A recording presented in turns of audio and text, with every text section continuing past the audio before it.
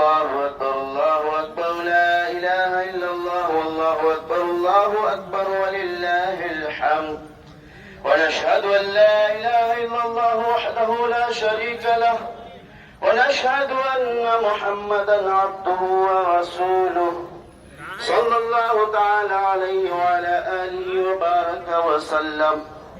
يا أيها الناس أوصيكم بالتقوى في السر والإعلان.